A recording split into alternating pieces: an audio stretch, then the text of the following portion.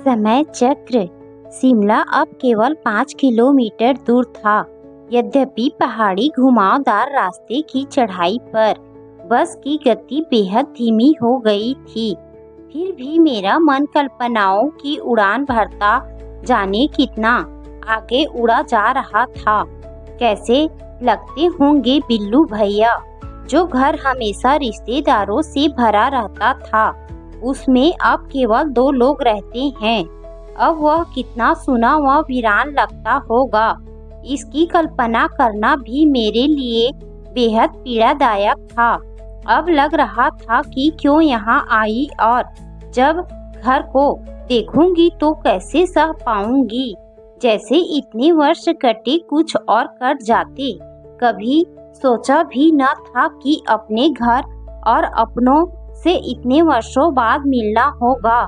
ऐसा नहीं था कि घर की याद नहीं आती थी, कैसे न आती। बचपन की यादों से अपना दामन कौन छुड़ा पाया है, परंतु परिस्थितियां ही तो हैं जो ऐसा करने पर मजबूर करती हैं कि हम उस बेहतरीन समय को भुलाने में ही सुकून महसूस करते हैं। अगर बिल्लू भैया का पत्र न आया होता तो मैं शायद ही कभी शिमला आने के लिए अपने कदम बढ़ाती।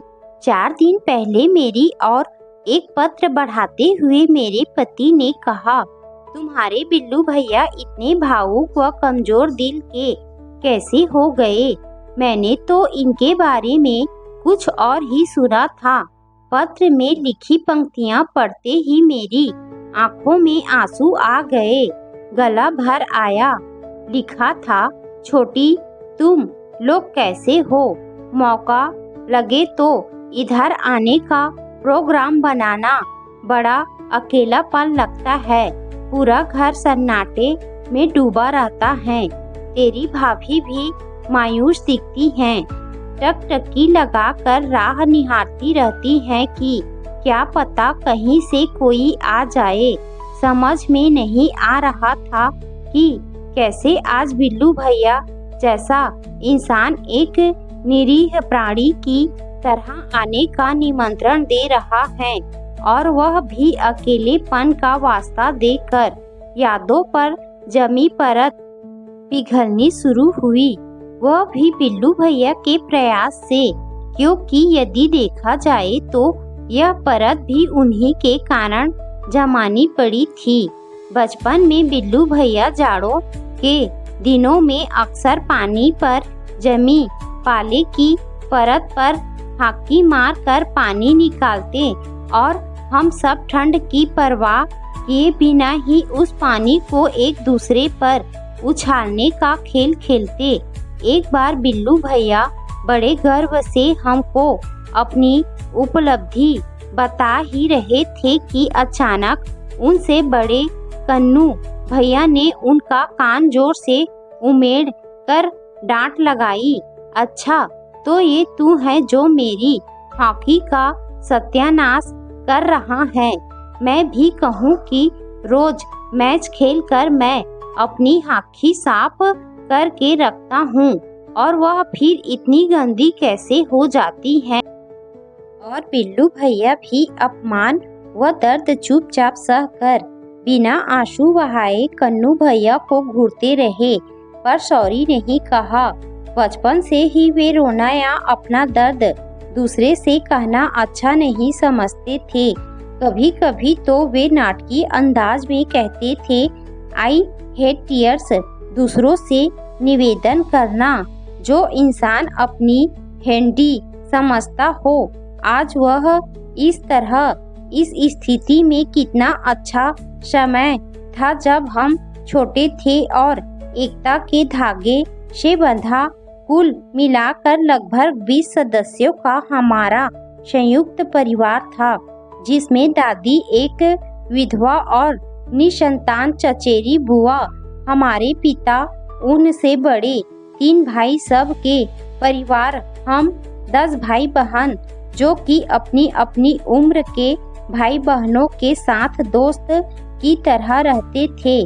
सगे या चचेरे का कोई भाव नहीं, ताऊ जी की दुकान थी, जहाँ पर ग्राहक को सामान से ज्यादा ताऊ जी की ईमानदारी पर विश्वास था। मेरे पिता ताऊ जी के साथ दुकान पर काम करते थे और उनके अन्य 2 भाइयों में से एक स्थानीय डिग्री कॉलेज में तथा एक आयकर विभाग में क्लर्क के पद पर थे, जो कि निसंतान थे। कन्नू और बिल्लू भैया ताऊ जी के बेटे थे। उसके बाद नन्हू और सोनू भैया थे। हम 3 बहनें, एक भाई थे। अध्यापन का कार्य करने वाले ताऊ जी के 2 बच्चे अभी छोटे थे, क्योंकि वे उनकी शादी के लगभग 10 साल बाद हुए थे। आयकर विभाग वाले ताऊ जी निसंतान थे। समय के साथ घर में परिवर्तन आने शुरू हुए। दादी व बुआ की मौत एक के बाद एक कर हो गई। घर के लड़के शहर छोड़कर बाहर जाने लगे, कोई डॉक्टरी की पढ़ाई के लिए तो कोई नौकरी के लिए। मेरी भी बड़ी बहनों की शादी हो चुकी थी। बिल्लू भैया की भी नागपुर में एक दवा की कंपनी में नौकरी लग गई।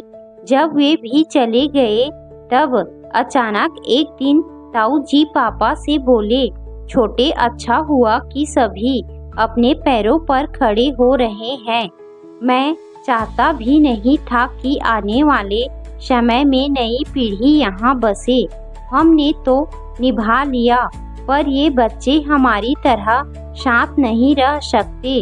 बड़ी मुश्किल से परिवार जुड़ता है और उसमें किसी एक का योगदान नहीं होता, बल्कि सभी का धैर्य, निस्वार्थ त्याग, स्नेह व समर्पण मिला कर ही एकता रूपी मजबूत धागे की डोर सबको जोड़ पाती है।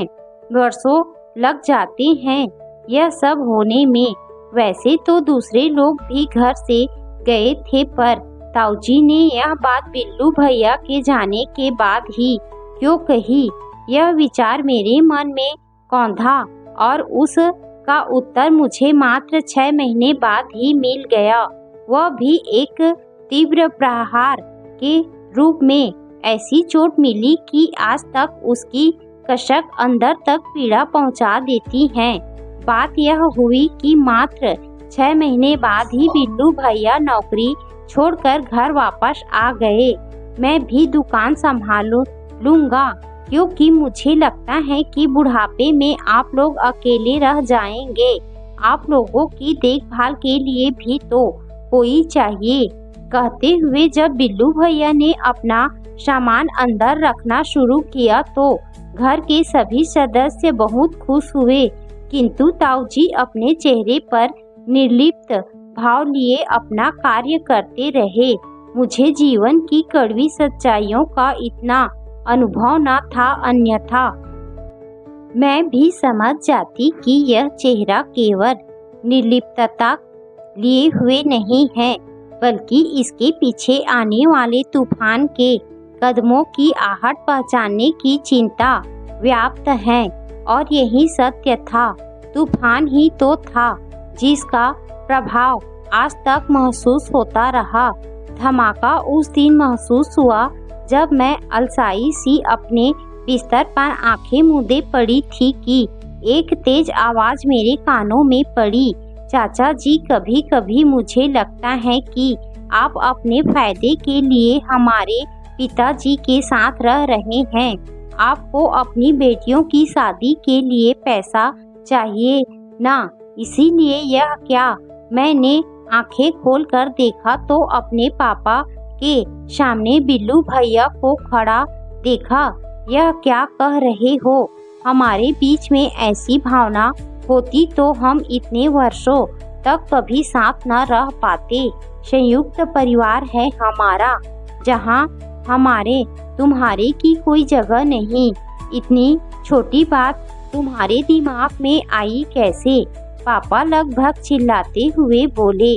पापा की एक आवाज पर थर्राने वाले बिल्लू भैया की आज इतनी हिम्मत हो गई कि उम्र का लिहाज ही भूल गए थे।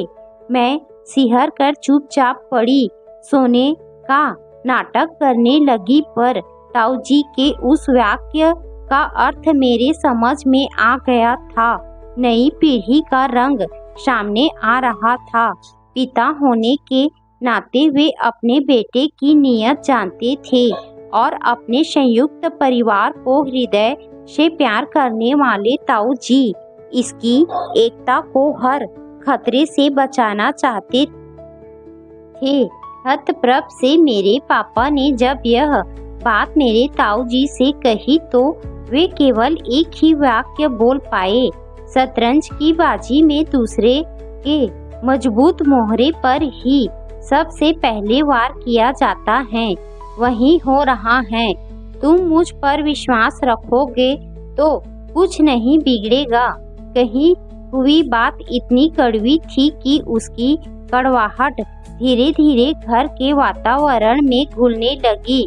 उसका प्रभाव धीरे धीरे अन्य लोगों पर भी दिखने लगा और एक अदृश्य सी सीमा रेखा में सभी परिवार सिमटने लगे।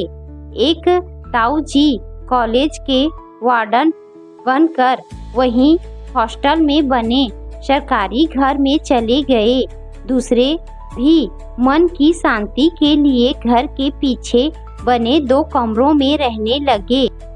अपमान से बचने के लिए उन्होंने रसोई भी अलग कर ली। अलगाव की सीमा रेखा को मिटाने वाले सशक्त हाथ भी उम्र के साथ धीरे धीरे अशक्त होते चले गए।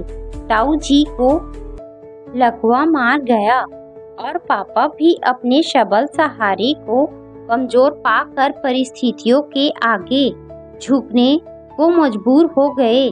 परंतु अंत समय तक उन्होंने ताऊ जी का साथ ना छोड़ा। अब घर बिल्लू भैया व उनकी पत्नी के इशारे पर चलने लगा। समय आने पर मेरी भी शादी हो गई और मैं शिमला के अपने इस प्यारे से घर को भूल ही गई। ताऊ जी, ताई जी, पापा का इंतकाल हो गया। माँ मेरे भाई के पास आ गई। अब मेरे लिए उस घर में बचपन की यादों के सिवा कुछ न था। समय का चक्र अविरल गति से घूम रहा था और आज बिल्लू भैया भी उम्र के उसी पड़ाव पर खड़े थे जिस पड़ाव पर कभी मेरे पापा अपमानित हुए थे। पर उन्होंने ऐसा पत्र क्यों लिखा? क्या कारण होगा? अचानक कानों में पति के स्वर पड़े तो मेरी तंद्रा भंग हुई थी। तुम शिमला क्यों नहीं चली जाती? तुम्हारा घूमना भी हो जाएगा और उनका अकेलापन भी दूर होगा, चाहे थोड़े दिनों के लिए ही सही। अचानक अपने पति की बातें सुनकर मैंने सोचा कि मुझे जाना चाहिए और मैं तैयारी करने लग गई थी। शिमला पहुंचते ही मैं अपनी थकान भूल गई। तेज चाल से अपने मायके की ओर बढ़ते हुए मुझे याद ही नहीं रहा कि दिल्ली में रोज मुझे अपने घुटनों के दर्द की दवा खानी पड़ती है। कॉल बेल पर हाथ रखते ही बिल्लू भैया की आवाज सुनाई पड़ी, मानो वे मेरे आने के इंतजार में दरवाजे के पीछे ही खड़े थे। छोटी तू आ गई, बहुत अच्छा किया। मुझे ऐसा लगा मानो ताऊ जी सामने खड़े हो। तेरी भाभी तो तेरे लिए पकवान बनाने में व्यस्त हैं। तब तक भाभी जी भी डगमग चाल से चलकर मुझसे लिपट गई। सच कहूँ तो उनके प्यार में आज भी वह आकर्षण नहीं था जो किसी अपने में होता है। आज हम सबको अपने पास बुलाना उनकी मजबूरी थी। अकेलेपन के अंधेरे से बाहर निकलने का एक प्रयास मात्र था। उसमें अपनापन कहाँ से आएगा? चल चल अंदर चल। बिल्लू भैया मेरा सामान अंदर रखने लगे। घर में घुसते ही मेरी आंखें भर आई। यो तो चारों ओर सुंदर सुंदर फर्नीचर व सामान सजा हुआ था, पर सब कुछ निर्जीव सा लगा। काश बिल्लू भैया व भाभी जी समझ पाते कि रौनक इंसानों से होती है, कीमती सामान से नहीं, घर से हमारे बचपन की यादें मिट चुकी थी। आज माँ के हाथ के बने आलू की खुशबू मात्र कल्पना में महसूस हो रही थी। मकान की शक्ल बदल चुकी थी। दुकान से मिश्री, गुड़, किशमिश गायब थी। बिल्लू भैया भी, तो वे बिल्लू भैया कहाँ थे? कितना बदल गया सब कुछ। मेरे मुंह से अचानक ही निकल गया, सच कहती है तू, वाकई सब बदल गया। देखना तनय, जिसे बच्चे की तरह गोद में खिलाया था, आज मुझसे कितनी ऊंची आवाज में बात करने लगा। बिल्लू भैया के मन का गुबार मौका मिलते ही बाहर आ गया। तनय, कन्नू भैया का बेटा, क्यों, क्या हो गया? कहता है मैं जायदाद पर अपना अधिकार जमाने के लिए नौकरी छोड़कर यहाँ आया था। बता भला मैं ऐसा क्यों करने लगा?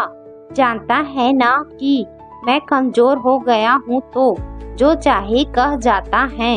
अपना हिस्सा मांग रहा है, कौन सा हिस्सा दूं? और लोग भी तो हैं। कहते कहते बिल्लू भैया हाँफने लगे। बंटवारे का चक्कर होगा तो मैं और तेरी भाभी कहाँ जाएंगे? विनी भैया की बेटी भी अमेरिका में बस गई थी। असुरक्षा व भय का भाव भैया की आवाज में साफ झलक रहा था। मेरे कदम जम गए। कानों में दोनों आवाजें गूंजने लगी, एक जो मेरे पापा से कही गई थी और दूसरी आज ये बिल्लू भैया की। कितनी समानता है। न्याय मिलने में सालों तो लगे पर मिला। शायद इसीलिए परिस्थितियों ने बिल्लू भैया से मुझे ही चिट्ठी लिखवाई, क्योंकि उस दिन अपने पापा को मिलने वाली प्रत्यक्ष पीड़ा की प्रत्यक्षदर्शी गवाह मैं ही थी। इसीलिए आज न्याय प्राप्त होने की शांति भी मैं ही महसूस कर सकती थी। आंखें बंद कर मन ही मन मैंने ऊपर वाले को धन्यवाद दिया। आज बिल्लू भैया को इस स्थिति में देखकर मुझे अपार दुख हो रहा था। बचपन के सखा थे वे हमारे। भैया, हम आपके साथ हैं। हमारे होते हुए आप अकेले नहीं हैं। मैं वादा करती हूँ कि इस त्योहारों पर और इसके अलावा भी जब मौका लगेगा हम एक दूसरे से मिलते रहेंगे। मैंने अपनी आवाज को सामान्य करते हुए कहा, क्योंकि मैं किसी भी हालत में अपने हृदय के भाव भैया पर जाहिर नहीं करना चाहती थी। मेरे इतने ही शब्दों ने भैया को राहत सी दे दी थी। उनके चेहरे से अब तनाव की रेखाएं कम होने लगी थी। आखिर मेरे चलने का दिन आ गया। पूरे घर का चक्कर लगाकर एक बार फिर अपने मन की उदासी को दूर करने का प्रयास किया, पर प्रयास व्यर्थ ही गया। बस स्टैंड पर भैया की आंखों में आंसू देखकर मेरे सब्र का बांध टूट गया, क्योंकि ये आंसू सच्चाई लिए हुए थे। पश्चाताप था उनमें, पर अब खाइयाँ इतनी गहरी थी कि उनको पाटने में वर्षों लग जाते। ताऊ जी की सहेजी गई अमानत अब पहले जैसा रूप कैसे ले सकती थी। बस चल पड़ी और भैया भी लौट गए। मन में एक सी उठी कि काश यदि बिल्लू भैया जैसे लोग कोई भी दाव लगाने से पहले समय के चक्र की अविरल गति का एहसास कर ले, तो वे कभी भी ऐसे दाव लगाने की हिम्मत न करे। यह अटल सत्य है कि यही चक्र एक दिन उन्हें भी उसी स्थिति पर खड़ा करेगा जिस पर उन्होंने दूसरे व्यक्ति को कमजोर समझकर खड़ा किया है। इस तथ्य को भुलाने वाले बिल्लू भैया आज दोहरी पीड़ा झेल रहे थे, निजी व पश्चाताप की।